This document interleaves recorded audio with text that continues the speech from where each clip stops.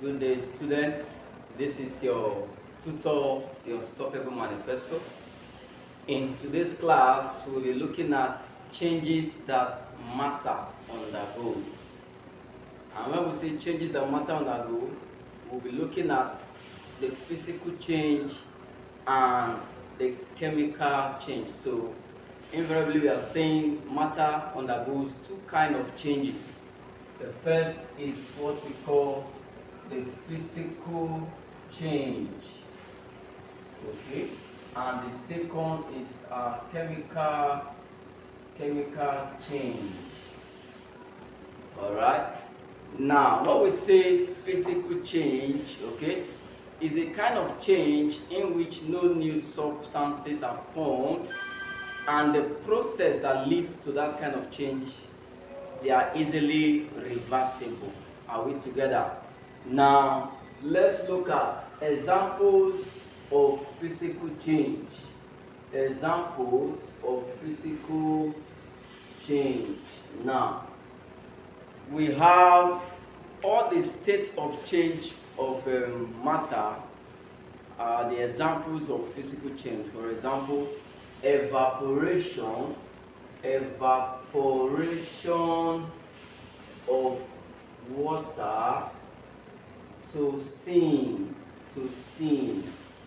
Evaporation of water to steam is one of the examples of physical change.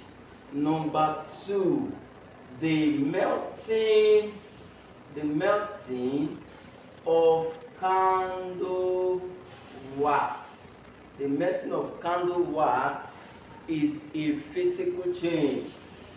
Number three, we also have the freezing of liquid, okay, to solid. All right, all of these are what examples of physical change. We see that we can reverse all of these processes, okay. That is it. Now, for the chemical change, chemical change is a kind of change in which new substances are formed, and the process that leads to such a change are not easily reversible. All right. So, example of this. Now, this kind of change is what leads to what we call a chemical reaction. Are we together? Now, example of such a change includes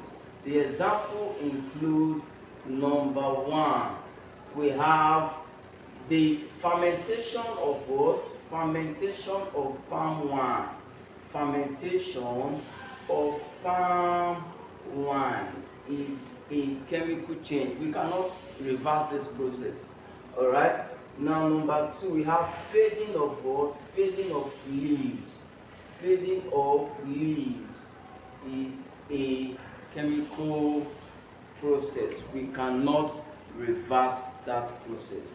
Then the next example is the reaction of acid with metal.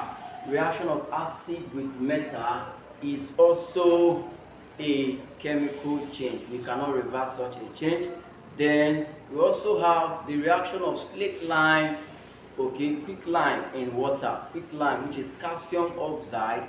When we react it with water, it forms slaked lime to give us heat, okay, or to produce heat. So that kind of reaction is an exothermic reaction, and that is also a chemical change. Now we have other examples of chemical change and physical change, but in our next video we are going to look at those ones. But for now, I will stop here. Thank you.